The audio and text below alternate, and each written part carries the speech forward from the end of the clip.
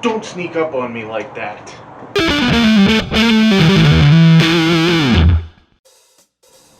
Hey guys, Ian here with Dobson Inc. Today I have a little something special for you guys. I'm not going to do any hot wrenching action, but I do have a big announcement to make. This year, October 1st and 2nd, 2021, there will be an event called the Duct Tape Drags at Tucson Dragway.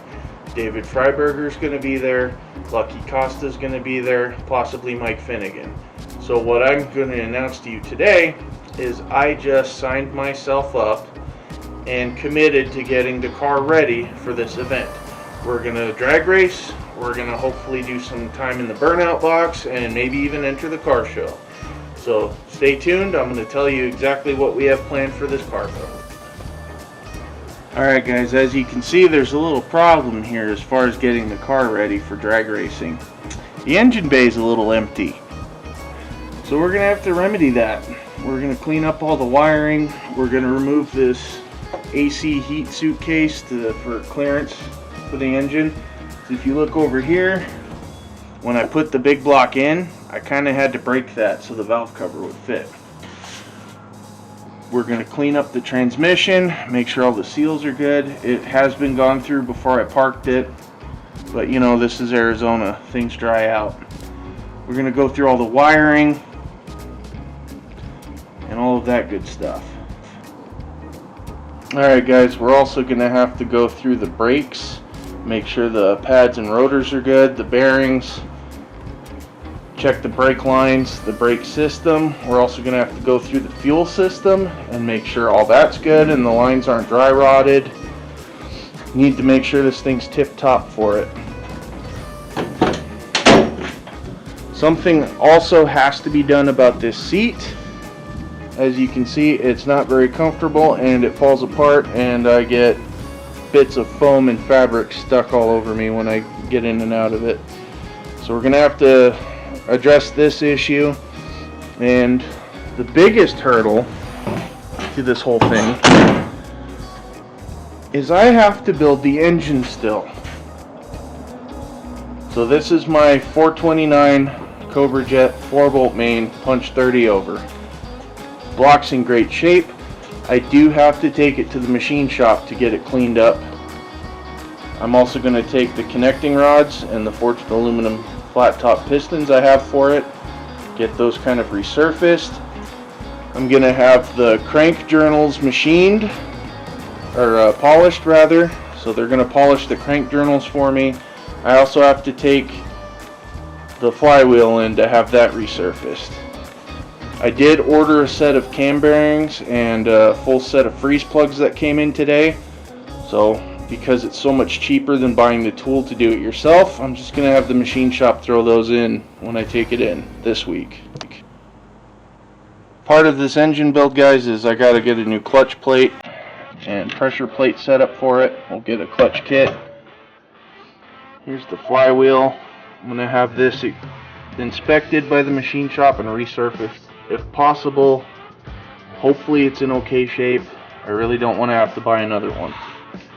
Here's the crank.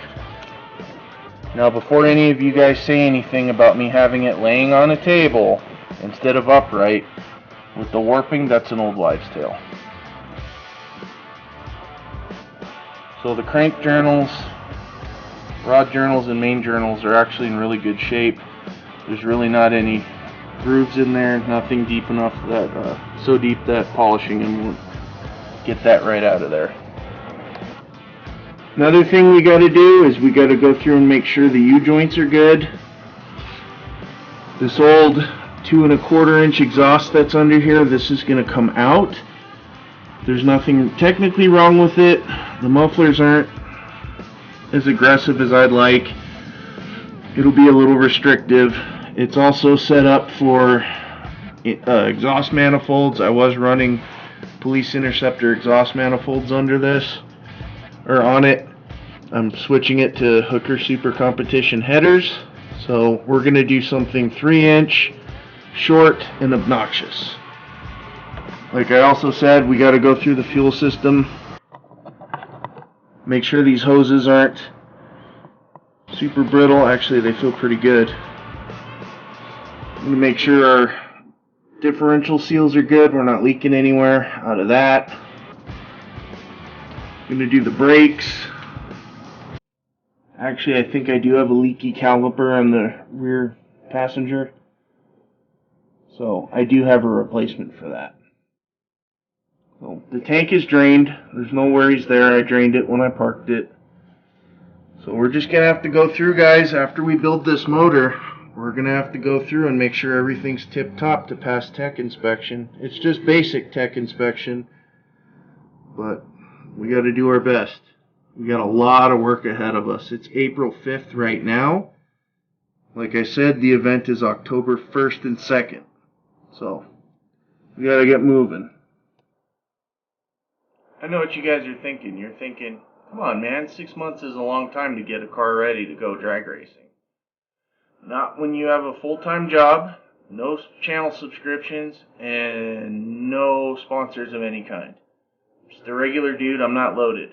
But we are going to put our nose to the grindstone and get this done. We're not going crazy. I'm not doing forced induction. We're going to do a budget, naturally aspirated big block build.